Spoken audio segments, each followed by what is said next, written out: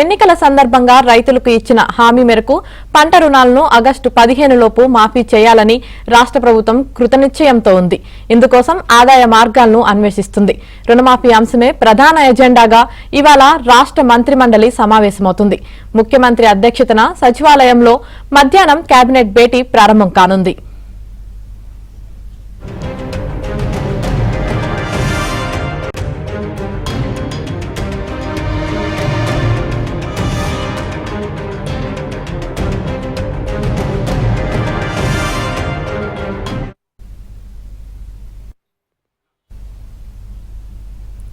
అయితే రాష్ట్రంలో ఇప్పటికీ ఎన్నికల కోడ్ అమల్లో ఉంది. పార్లమెంట్ ఎన్నికలు ముగిసినా కౌంటింగ్ ప్రక్రియ మిగిలే ఉన్నందున కేబినెట్ లో ఎలాంటి కీలక నిర్ణయాలు తీసుకోవడానికి వీలుండదు.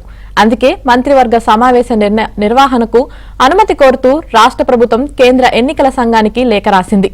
అనుమతి రావడం లాంఛనమేనని ప్రభుత్వ వర్గాలు తెలిపాయి.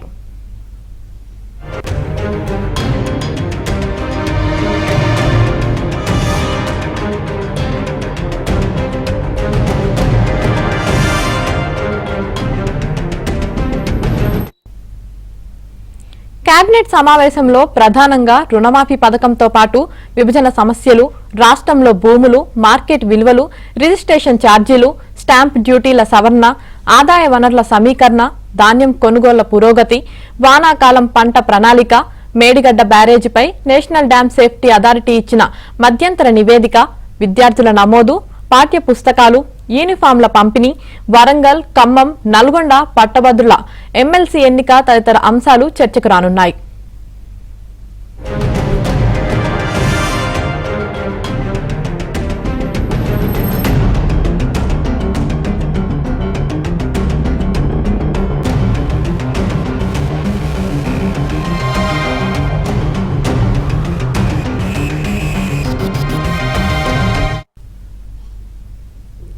నిజానికి 2 నెలల సుదీర్ఘ విరామం అనంతరం కేబినెట్ సమావేశం కాబోతుంది.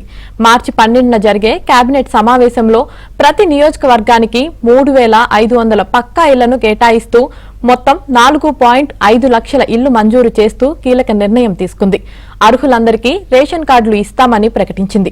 ఆ తర్వాత పార్లమెంట్ ఎన్నికలు రావడంతో పాలనపై ప్రభుత్వం పెద్దగా దృష్టి పెట్టలేకపోయింది. ఎన్నికలు పూర్తి కావడంతో సీఎం రేవంత్ రెడ్డి సహా అధికార యంత్రాంగం తిరిగి పాలన వ్యవహారాల్లో నిమగ్నమైంది. ఈ నేపథ్యంలోనే కేబినెట్ సమావేశాన్ని నిర్వహిస్తున్నారు. ఈ భేటీలో రుణమాఫీ కోసం నిధుల ఆవశ్యకత, సమీకరణ, రాష్ట్ర ఆర్థిక పరిస్థితి వంటి అంశాలపై దృష్టి సారించనుంది. ఈ పథకం కింద ఎంతమంది రైతులు అర్హులవుతారు, ఎంత మేర నిధులను సర్దాలి, ప్రస్తుతం నెలవారీగా ఖజానాలో మిగులుతున్న నిధులెన్ని వంటి వివరాలను కేబినెట్ లో సమీక్షించనున్నారు. అనంతరం రుణమాఫీపై ప్రకటన చేసే అవకాశం ఉంది.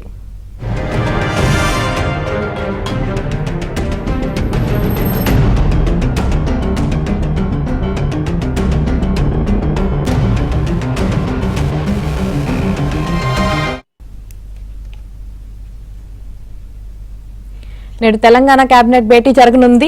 రుణమాఫీ అంశమే ప్రధాన ఎజెండాగా కూడా సమావేశం జరగనున్నట్లు తెలుస్తుంది. ఇదే విషయానికి సంబంధించి మరింత సమాచారం మా ప్రతినిధి రాజేష్ లైవ్ లో అందిస్తారు. రాజేష్, మొత్తానికి మరి కాసేపట్లో తెలంగాణ మంత్రివర్గ సమావేశం జరగాల్సి ఉండగా సాయంత్రం 4 గంటలకు వాయిదా పడింది. ఇది ప్రస్తుతం అంతా కూడా ఎన్నికల కోడ్ జరుగుతుంది కాబట్టి జూన్ 4వ తేదీతో ఎన్నికల కోడ్ ముగుస్తుంది. ఒకవేళ ఈసీ అనుమతి ఇస్తే ఇది కేబినెట్ సమావేశం అనొచ్చు. ఒకవేళ ఈసీ అనుమతి ఇవ్వకపోతే కనుక దీన్ని కేవలం మంత్రులతో సమీక్షా సమావేశం అని మాత్రమే అనొచ్చు. ఎందుకంటే ఎన్నికల కోడ్ నేపథ్యంలో ఇవాళ సాయంత్రం లేదా మధ్యాహ్నము కేబినెట్ సమావేశం ఏర్పాటు చేసుకుంటామని రాష్ట్ర ప్రభుత్వము ఈసీని అనుమతి కోరింది 2 రోజుల క్రితమే. దీనికి సీఓ వికాసాల నుంచి కానీ ఎలక్షన్ కమిషన్ ఆఫ్ ఇండియా నుంచి కానీ ఎలాంటి అనుమతి లేదు. అయితే సాయంత్రం 4 గంటల వరకు కేబినెట్ సమావేశం జరుపుకునేందుకు ఎలక్షన్ కమిషన్ ఆఫ్ ఇండియా అనుమతిస్తుందని చెప్పేసి రాష్ట్ర ప్రభుత్వం భావిస్తూ ఉంది. ఒకవేళ తప్పని పరిస్థితుల్లో అనుమతి ఇవ్వకపోతే కనుక మంత్రులతో సీఎం సమీక్షా సమావేశం ఉంటుంది. అయితే ప్రధానంగా కాంగ్రెస్ పార్టీ అధికారంలోకి వచ్చిన తర్వాత 2 లక్షల రుణమాఫీ చేస్తామని హామీ ఇచ్చింది. దానికి అనుగుణంగా ఆగస్టు 15వ తేదీలోగా రాష్ట్ర వ్యాప్తంగా ఉన్నటువంటి దాదాపు 47 లక్షల రైతులకు రుణమాఫీ చేయాలని చెప్పేసి భావించింది. దీనికి అనుగుణంగా త్వరలోనే రైతు రుణమాఫీ చేస్తామని చెప్పేసి గతంలో పార్లమెంట్ ఎన్నికల కంటే ముందు ముఖ్యమంత్రి రేవంత్ రెడ్డి చాలా సందర్భాల్లో బహిరంగ సభల్లో వేదికల్లో అనౌన్స్ చేశారు. దానికి అనుగుణంగా దాదాపు 32,000 కోట్ల రుణాలు దీనికి అవసరం కానున్నాయి. దీనికి సంబంధించి గతంలో దాదాపు 6.5 లక్షల కోట్ల వరకు బీఆర్ఎస్ ప్రభుత్వ 10 ఏళ్ల పీరియడ్లో అప్పుల కుప్పగా మారిపోయింది. కాబట్టి రైతు రుణమాఫీ అనేటువంటి రాష్ట్ర ప్రభుత్వం చాలా సవాల్గా మారింది. దీనికి సంబంధించి 2 రోజుల క్రితమే ఆయా సంబంధిత వ్యవసాయ శాఖ అధికారులతో కావచ్చు, ఇతర ప్రైవేట్ బ్యాంకర్లతో ప్రత్యేకంగా ముఖ్యమంత్రి రేవంత్ రెడ్డి సమావేశమయ్యారు. FRBM పరిధికి లోబడి ఒక రైతు సంక్షేమ నిధిని ఏర్పాటు చేసి తద్వారా రైతు రుణమాఫీ చేయడం ద్వారా రాష్ట్ర వ్యాప్తంగా ఉన్నటువంటి 47 లక్షల మందికి 2 లక్షల లోపు ఉన్నటువంటి రుణాలన్నీ కూడా మాఫీ అయ్యేటువంటి అవకాశం ఉంటుంది. దీంతో పాటుగా మేడిగడ్డ అంశం కూడా ప్రధాన ఎజెండాగా ఇవాళ కేబినెట్ సమావేశంలో చర్చించేటువంటి అవకాశం కనిపిస్తుంది. మేడిగడ్డ, అన్నారం, సుందిల్లా బ్యారేజ్లో జరిగినటువంటి ఇబ్బందులు, అవకతవకల పైన ఇప్పటికే రాష్ట్ర ప్రభుత్వం ఒక కమిషన్ ఏర్పాటు చేసింది.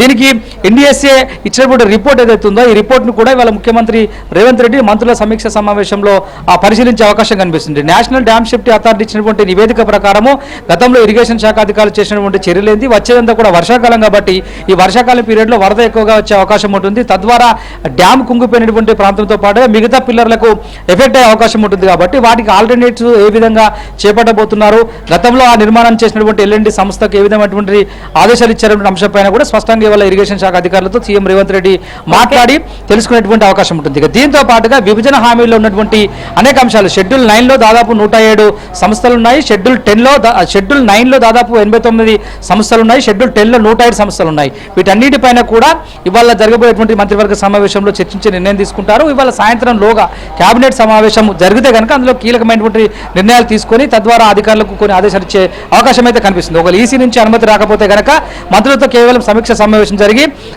ప్రస్తుతం ఉన్నటువంటి ఇబ్బందులపైన, ఇష్యూస్ పైన తదుపరి కార్యాచరణకు రాష్ట్ర ప్రభుత్వం తరపున ఎలాంటి చర్యలు తీసుకోవాలనే అంశంలో ఈ సమీక్షా సమావేశంలో చర్చించే అవకాశం ఉంటుంది. Yamini. Right, thank you Rajesh.